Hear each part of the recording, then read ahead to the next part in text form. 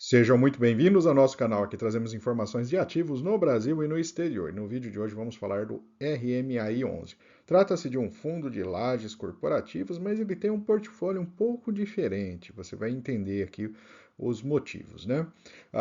É um fundo que apresentou bons resultados recentes, inclusive foi uma indicação em nosso canal. Fiquem à vontade também para fazer sugestões de ativos, né? À medida do possível a gente vai encaixando e trazendo aqui o raio-x de cada ativo, né? É um fundo que teve bons resultados recentes, mas tem alguns pontos ali que merecem muita atenção do investidor. Fique com a gente até o final. E se o vídeo ajudar em seus estudos, fique à vontade para curtir, compartilhar e se inscrever em nosso canal.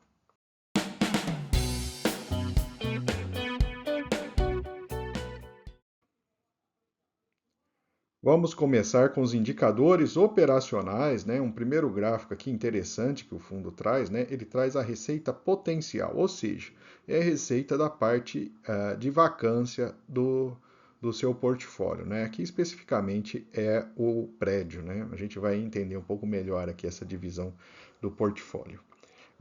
Um outro ponto importante que a gente tem aqui é a taxa de ocupação, né? A taxa de ocupação ela vem subindo, então desde aqui de meados de 2022, quando chegou no mínimo, né?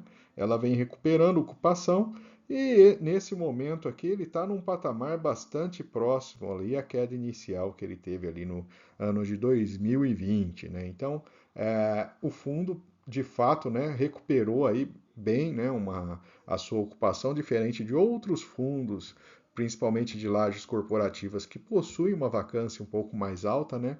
Esse fundo ali, ele vem numa tendência de recuperação bastante interessante. Trazendo então os resultados, né? Receita imobiliária de 1.600.000 no último mês, né? Que é uma receita até um pouco maior que os outros meses anteriores. Ele tem até um período de carência nos inquilinos mais novos, né?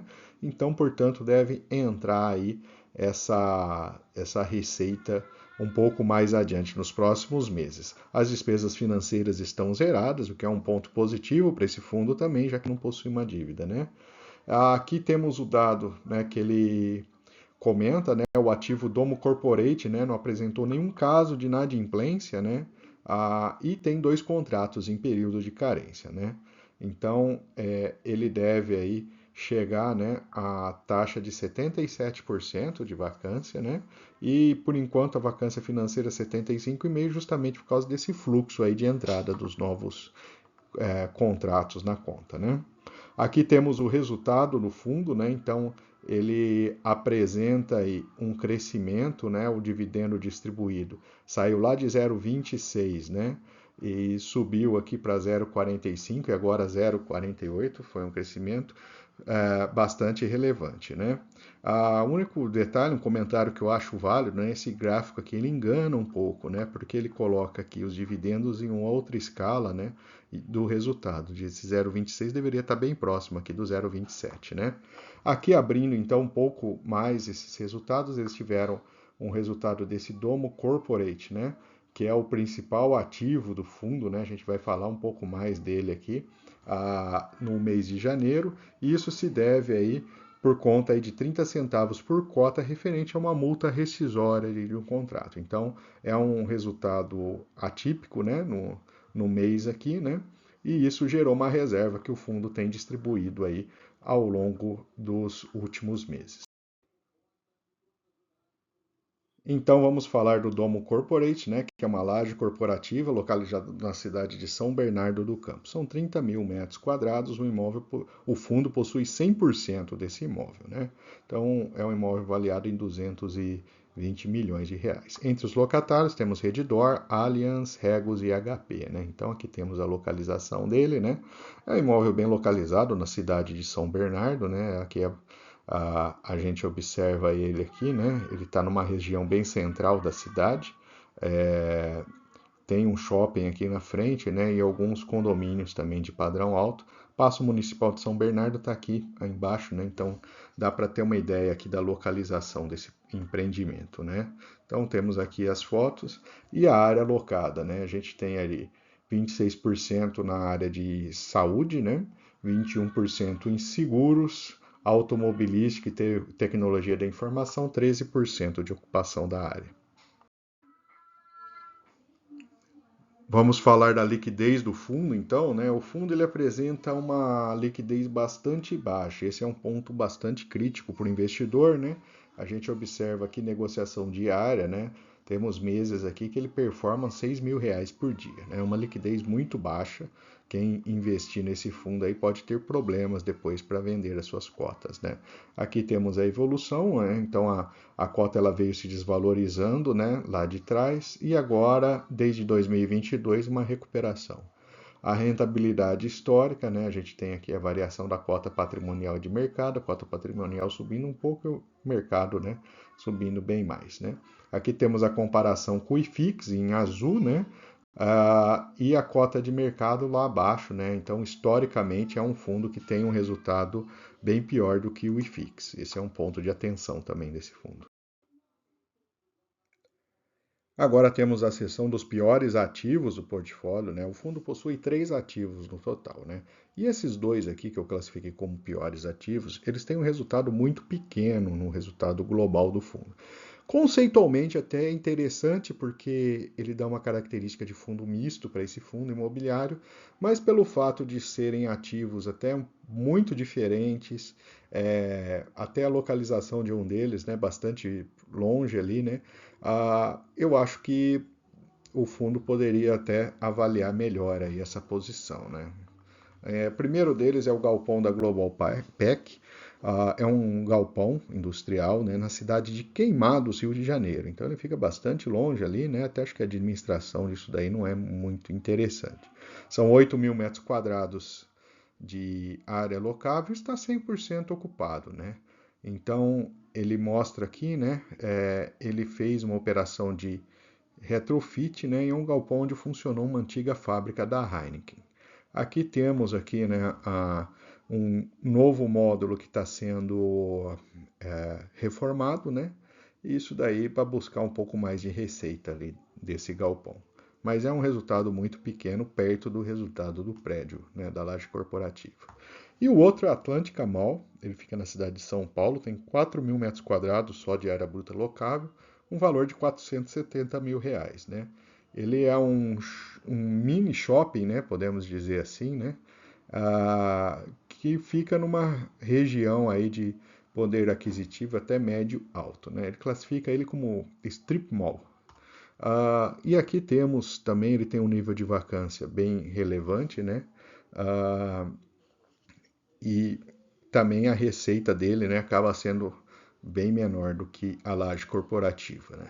E aí ele está 80% locado para pet, né? Temos uma loja da Cobase, se eu não me engano, e 20% alimentação. Então, esses dois ativos, né, eles acabam, o conceitualmente é até interessante, né? Mas eu acho que na medida que temos uma distribuição um pouco melhor ali, né? Um fundo misto mesmo, né, de característica mista.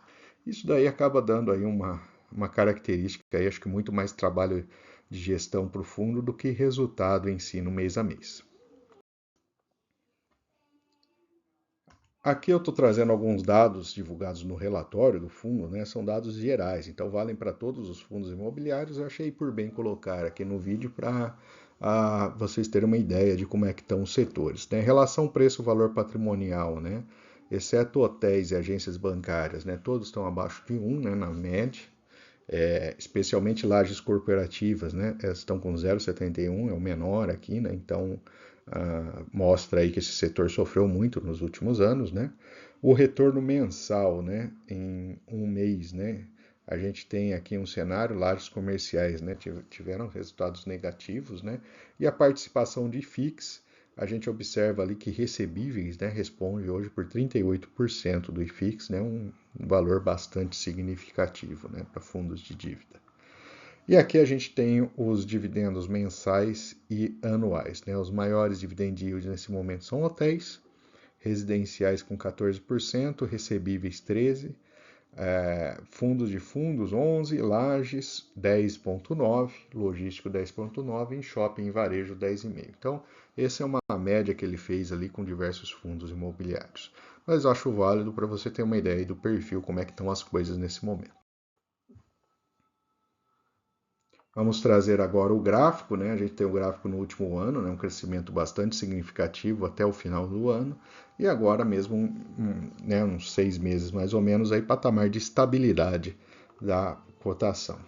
O dividend yield aparece como 7%, justamente o dividend yield veio crescendo aí nos últimos meses, né? Então ele pegou aí meses com pagamentos bem ruins. Preço-valor patrimonial 0,70 nesse momento. Agora vamos comparar ele com outros fundos imobiliários. Eu peguei o HGRE, que é um grande fundo da Bolsa, né? E outros fundos de patrimônio semelhantes aí ao dele, né? Alguns, principalmente aí até monoativos, né? Com uma característica bem próxima do RIMAI. Em termos de dividend yield, ele fica prejudicado aí por meses anteriores ali com pagamentos baixos, mas é um dividend yield que não chega a impressionar muito o investidor, né? Seu desconto em relação ao valor patrimonial, né? Ele dentro desse grupo nem é tanto, né? Ele teve um crescimento de 9% do dividend yield em 3 anos, né? A liquidez é bastante baixa, né? O único que sobressai é o HGRE, mas tem um patrimônio muito grande, né? Tem um pequeno número de cotistas, o RIMAI 11, né? Percentual pequeno em caixa e patrimônio. A sua taxa de administração 0,95. Olhando o histórico, né, há 1 a 2 anos, né, quem pegou essa janela ali de investimento conseguiu um retorno bastante interessante de valorização da cota e com isso aí um retorno impressionante em relação ao IPCA no período, né? Vamos então trazer os pontos positivos e negativos para investimento no RIMAI 11, né? Lado positivo, o prédio tem recuperado ocupação, esse é um dado bastante positivo, né? A gente vê um crescimento aí na ocupação do imóvel, que é bastante relevante. E outro dado também interessante, se a participação em galpão e varejo fossem relevantes, né, no galpão logístico e nesse imóvel, nesse pequeno shopping, fossem mais relevantes, dariam uma característica de diversificação das receitas que eu considero bastante interessante. Então, o conceito em si é interessante, né? Só o fato de ser uma participação muito pequena no resultado. E o resultado recente de valorização de cotas de fato chama a atenção dos investidores. Talvez por isso, né, especialmente aí que a gente olha o histórico, né, e começa a trazer um pouco mais de interesse no fundo. Do lado negativo, a distribuição foi acima do resultado devido ao pagamento não recorrente em janeiro de 24. Então, ele está subindo, ele deve até estabilizar nesse patamar, mas ele vai ficar bem próximo ali, né? E tem esse passivo que está fazendo com que o resultado mês a mês seja, de certa forma, acima do resultado que de fato ele obtém. E isso daí tem que tomar um certo cuidado, né? O investidor analisar bem aí que pode ser que esteja comprando um fundo aí que mais para frente, se ele cair um pouco a distribuição, você se prejudica, né? A concentração, ele é quase um fundo monoativo, né? Então a gente vê ali aquele prédio de laje corporativa, ele é responsável aí por 95% do resultado, vai?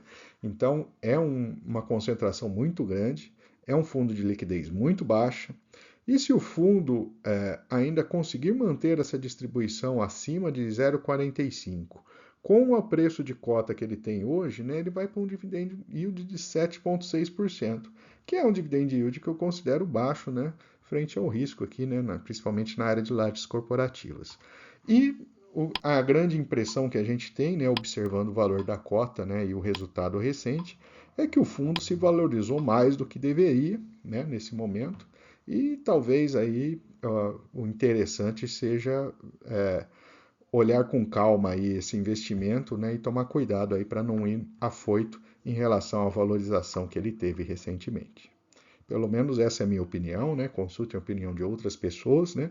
E faça os melhores estudos para os seus investimentos. E vou aproveitar para deixar nossa playlist de fundos imobiliários. Lá você encontra diversos ativos. E fique à vontade também para curtir, compartilhar, comentar o que você achou desse vídeo. E se você não for inscrito, também deixarei o link aqui para você se inscrever em nosso canal.